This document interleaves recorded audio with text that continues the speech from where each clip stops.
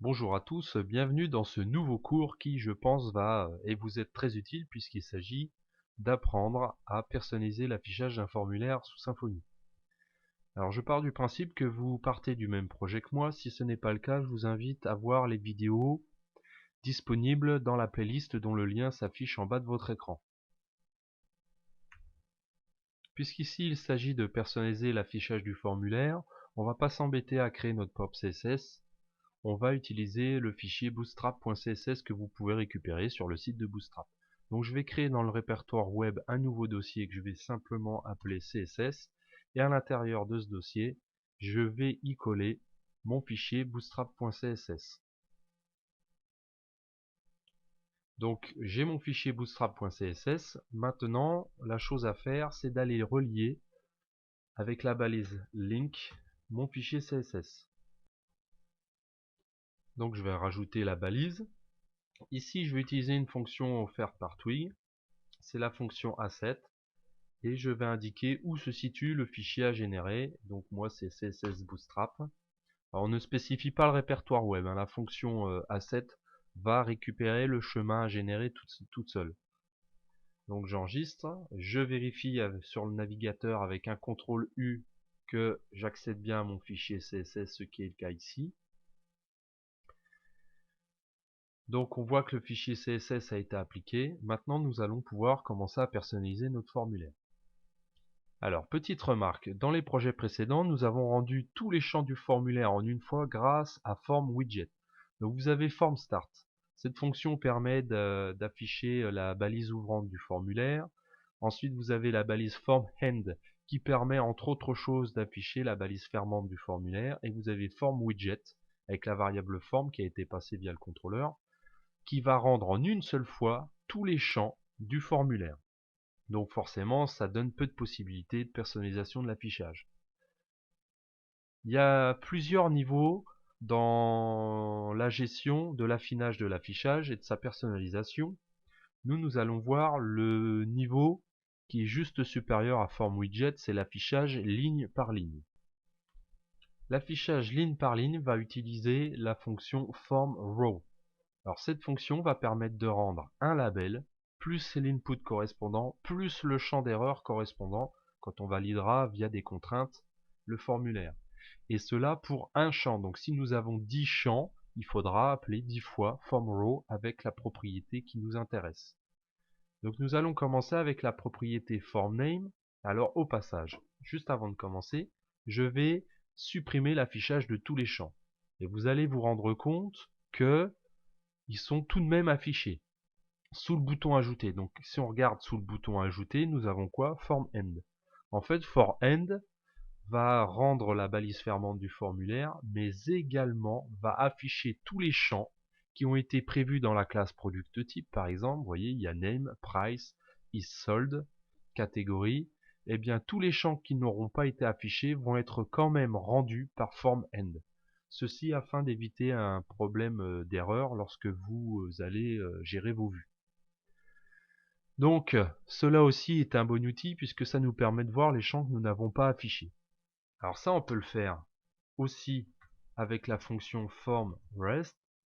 On passe le formulaire et puis quand on actualise, vous allez voir, ça change rien puisque form end fait appel à form rest. Par contre ici, on va rajouter une balise pour bien voir les champs qui n'ont pas été rendus. Donc on va prendre la classe alerte danger. Et quand nous actualisons, vous voyez, tout de suite, on voit les champs qui n'ont pas été rendus. Alors maintenant, nous allons mettre en place ce rendu ligne par ligne. Donc comme je vous le disais, on va utiliser la fonction formRow. Ici, on reprend la variable form qui a été passée via le contrôleur à notre vue. Et ici, on va récupérer le champ. Alors je sais que j'ai un champ qui s'appelle formName. On enregistre et vous allez voir que le champ name a bien été affiché ici et qu'il n'est plus ici affiché par formRest. On va encadrer ça par une balise avec un style bootstrap. Donc on va lui ajouter la classe form groupe. Voilà, on valide. Donc on voit qu'il y a un espace supplémentaire qui a été mis. Et puis ici, pour bénéficier du style, il va falloir ajouter aussi un container, puisque Bootstrap fonctionne sur le principe d'un container. Donc on va tout mettre dans un container, comme ça, et puis jusqu'à la fin du formulaire. Donc ça va changer un petit peu notre formulaire. Alors maintenant qu'on l'a fait pour nos champs, pour le champ name, on peut le faire pour les autres. Puisqu'on a form name, on a le prix, on a s'il est vendu, et on a pour la catégorie. Donc on actualise.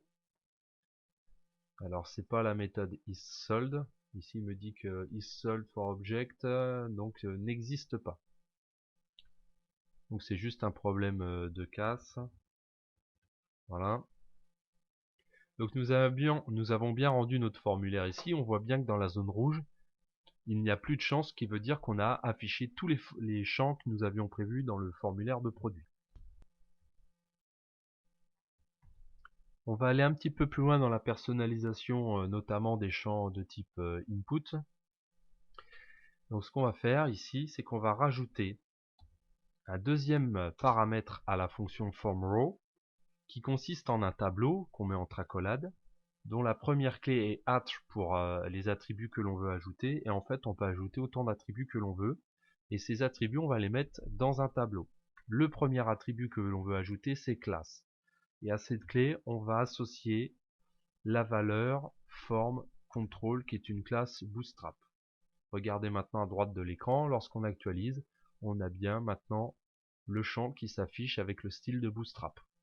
Donc on peut faire cette personnalisation sur tous les autres champs.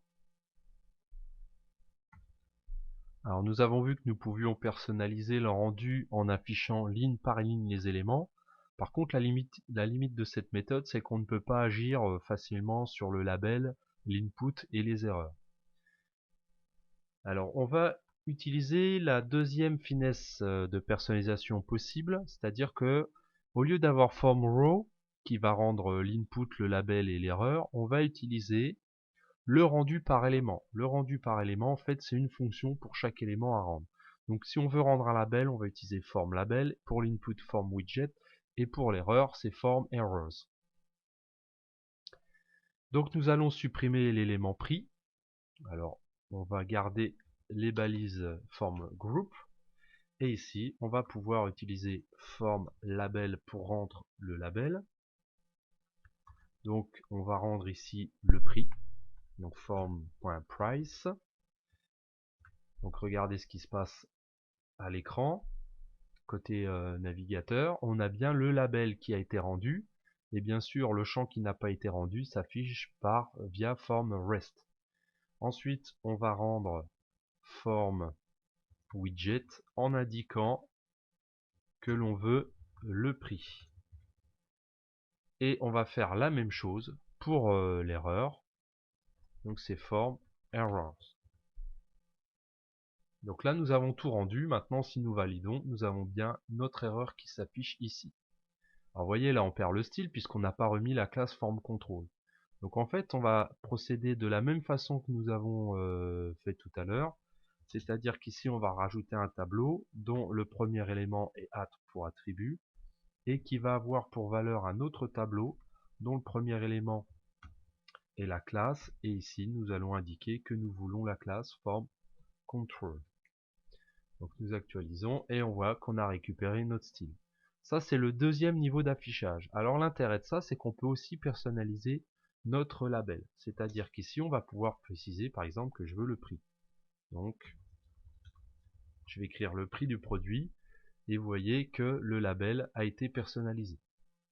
C'est une façon de faire, c'est pas la seule. Il faut aussi remarquer que les éléments label et widget sont reliés via l'attribut for de la balise label. Quand je clique sur le label, on a bien notre élément qui est relié, ce qui est le cas également ici. Avant de poursuivre dans la possibilité d'aller encore plus loin dans la personnalisation de l'affichage, certains d'entre vous ont peut-être remarqué que j'affichais déjà le nom ici du produit et une deuxième fois ici. Et pourtant, il ne s'est pas affiché dans le navigateur. Cela s'explique par le fait qu'il n'est pas possible de rendre deux fois un champ de formulaire. Donc à partir du moment où il a été rendu une fois, il ne s'affichera pas une seconde fois. Donc ici, je peux le supprimer. Alors si je reprends, nous avons vu que nous pouvions personnaliser l'affichage via FormRow qui génère le label, l'input et l'erreur. Ensuite nous avons vu le cas où on peut choisir d'afficher les trois nous-mêmes, c'est-à-dire le label, le widget, l'error, ce qui veut dire qu'on peut très bien placer l'erreur avant le label après le widget. On fait comme on le souhaite. On peut aller encore plus loin dans l'affinage de l'affichage des éléments, puisque nous pouvons utiliser ce qu'on appelle les variables de formulaire. Alors on va travailler pour illustrer cette façon de faire sur justement le nom du produit. On va le faire avec le nom, c'est plus pratique que de le faire avec un checkbox. Alors une fonction qui existe nativement dans Twig, c'est dump. Donc je vous invite à la rentrer et de regarder le résultat dans le navigateur. En fait, ça va vous dire que ici vous avez deux variables. Vous avez la variable form que nous avons passée via le contrôleur à notre vue, et vous avez la variable app. Si vous regardez dans la variable form, vous avez des enfants, children, et on en a 5. Et quand vous regardez bien, on a name, price, is sold, catégorie et token. Donc on retrouve nos propriétés ici de notre objet produit. Je ne parlerai pas tout de suite de token, en tout cas pas dans ce cours. Et on peut voir que par exemple pour name, on a une fois de plus un élément vars avec plein de variables. Donc on peut constater que par exemple notre élément name ne contient pas de valeur, qu'il a un ID qui est product name, que par exemple ici il n'est pas valide, que c'est un champ qui est requis. Nous avons plusieurs, que le champ a déjà fait l'objet d'une soumission. Si je réactualise la création du formulaire, je vais remettre name avec vars et on voit qu'ici par exemple submitted n'est pas est à false, ça veut dire que le formulaire n'a jamais été soumis. Alors connaître toutes ces variables va nous permettre justement de les utiliser pour faire des actions beaucoup plus ciblées. Donc pour y accéder, vous voyez que la variable ici c'est form, donc ici on reprend form. Ensuite on met un point, on veut accéder, donc c'est un système de tableau, hein. Donc on va utiliser vars, après vars on va utiliser justement ici. Voilà, là nous avons affiché les variables. Alors je me suis trompé, hein, c'est form name.vars.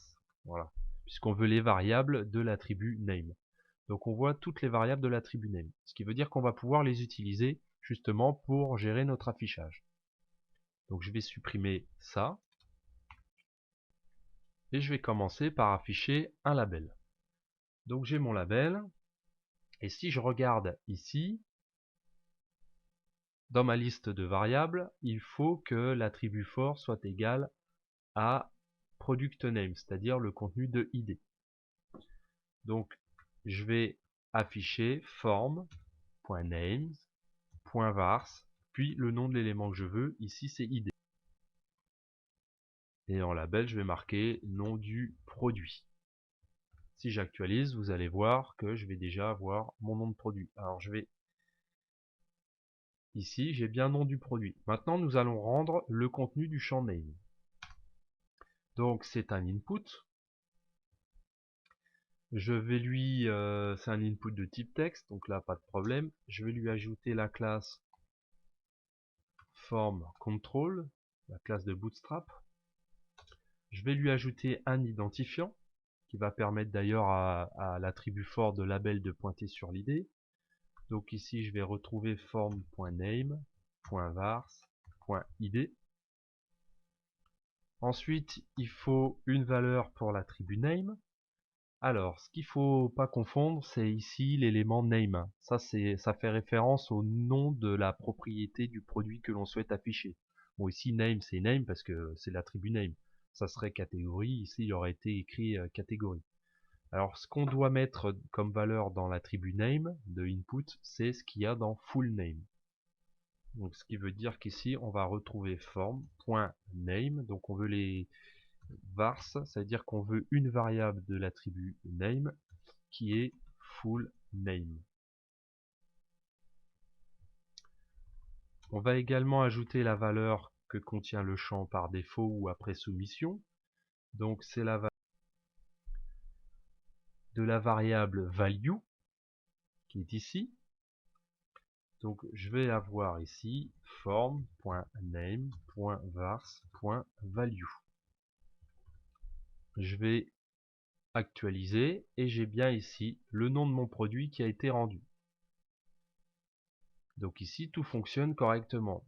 Alors je peux très bien rajouter, tiens je vais vous le prouver, par exemple un style. Donc on voit que la personnalisation est plus simple, hein, même si c'était faisable via le tableau attributs. Et ici par exemple je vais marquer border solide 1 pixel red. Donc on voit qu'il est possible de personnaliser le style. Donc je vais le renlever.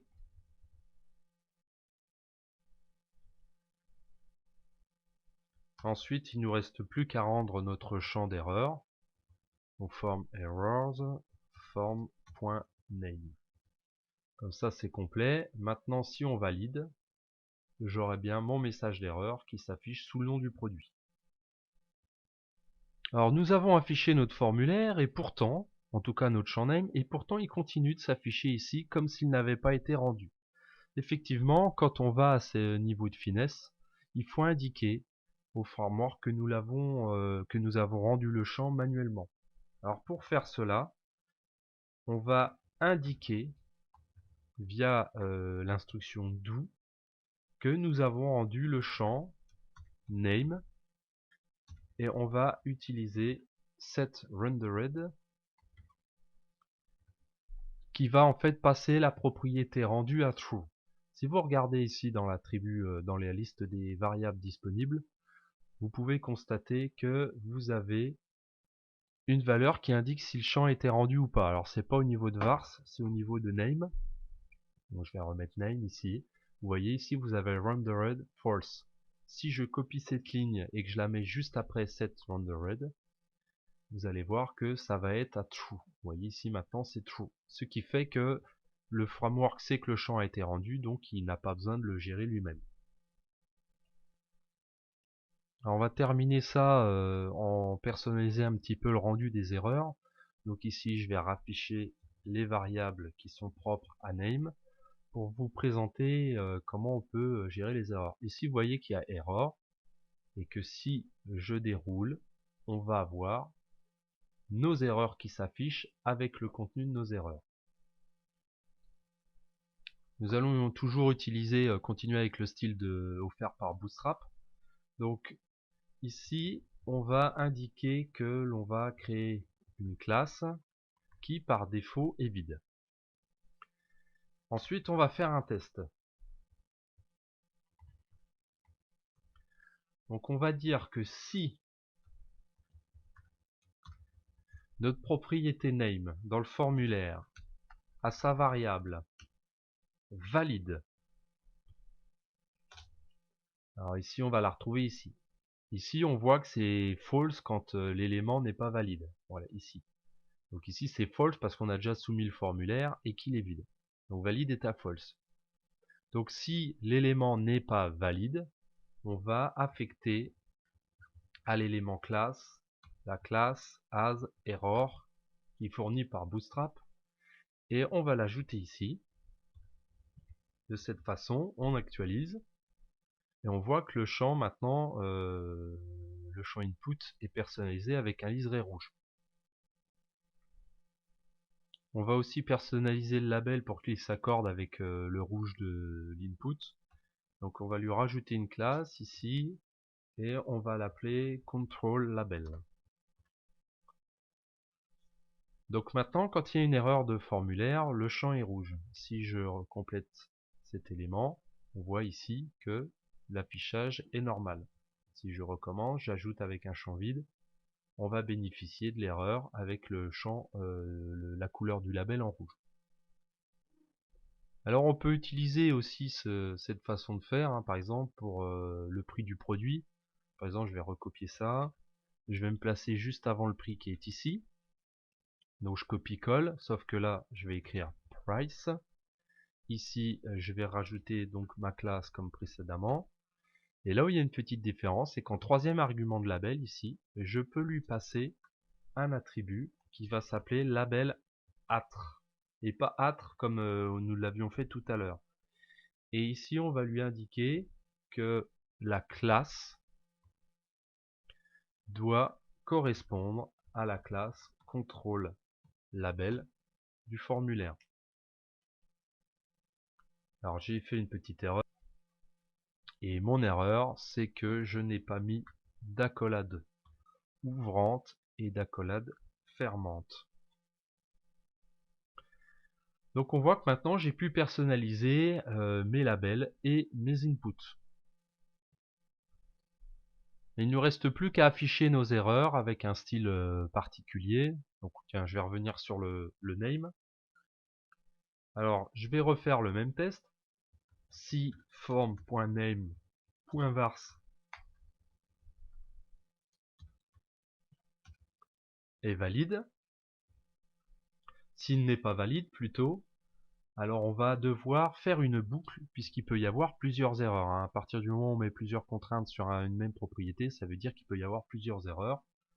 Alors ici, je vais indiquer que je veux l'erreur qui est compris dans la variable vars.errors.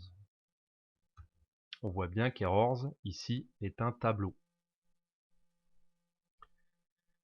Et à l'intérieur de cet élément-là, je vais utiliser la classe qui s'appelle help bloc de Bootstrap, donc qui s'utilise avec un span, et je vais simplement afficher mon message d'erreur. Et maintenant, quand j'actualise, j'ai bien mon message d'erreur qui est ici en rouge, donc j'ai plus besoin du champ rendu via form erreur qui est ici. Je l'enlève. Voilà, maintenant j'ai bien le message d'erreur qui s'affiche en dessous. Donc à partir de là, je peux afficher mes erreurs comme je le souhaite. Donc pour conclure, dans cette vidéo, nous avons appris à rendre tous les champs du formulaire en une seule fois avec form widget et la variable form. Ensuite, nous avons appris à rendre le formulaire ligne par ligne avec la fonction form row. Et ensuite, nous avons été encore plus loin dans la gestion de l'affinage de l'affichage en utilisant les variables de formulaire. Alors il y a quand même une limite, c'est le problème de la réutilisabilité, puisque si le formulaire on en a besoin dans un autre projet par exemple ou dans d'autres pages, c'est un peu un problème de toujours devoir tout réécrire. Donc je ferai dans l'avenir proche une vidéo qui consiste à personnaliser les widgets, ce qui permet une meilleure réemployabilité. Donc merci d'avoir suivi ce cours et à bientôt.